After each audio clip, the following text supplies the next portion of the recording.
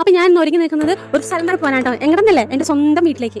ദൂരം തന്നെ കേട്ടോ, തൊട്ടടുത്ത് തന്നെ എന്റെ വീട്. ഞാൻ പോകുമ്പോൾ അമ്മ ഫുഡ് കഴിക്കുകയായിരുന്നു. ഞാൻ അടുത്ത് ചെന്നിരുന്നപ്പോൾ അമ്മ എനിക്ക് ഒരു ഉരുളവായിട്ട് തന്നു. നമ്മൾ ഇത്ര വലുതായാലും നമ്മുടെ പാരന്റ്സ് ഇന്നും നമ്മൾ ചെറിയ കുട്ടികളായിരിക്കും അല്ലേ? ഇപ്പൊ നിങ്ങൾ വിചാരിക്കും എന്റെ തലയിൽ നിറയെ പേനാണെന്ന്. പേരൊന്നും ഇല്ലട്ടോ ഗൈസ്.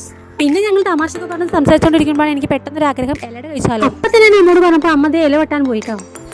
അങ്ങനെ എന്താ അട ഉണ്ടാക്കാൻ ആരംഭിച്ചുട്ടാ. എത്രയൊക്കെ തിന്നാൻ കിട്ടിയാലും അമ്മയുടെ കൈ കൊണ്ട് ഉണ്ടാക്കുന്ന പ്രത്യേക ടേസ്റ്റ്. എനിക്ക് അങ്ങനെ, നിങ്ങൾക്കോ?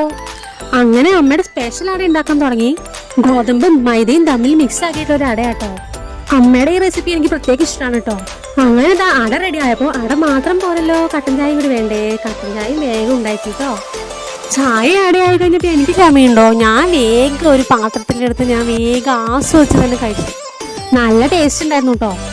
പിന്നീട് ഞങ്ങൾ 3 നാളും കൂടി ഒരുമിച്ചിരുന്ന് ചായ കുടിച്ചേ. ഇങ്ങനെയുള്ള നിമിഷങ്ങളാട്ടോ ഞങ്ങൾ എൻ്റെ ലൈഫിലും അവരുടെ ലൈഫിലും വളരെ മനോഹരമായ നിമിഷങ്ങൾ. അപ്പൊ ഇന്നത്തെ വീഡിയോ ഇത്രയുള്ളൂ ഗൈസ്. Bye bye.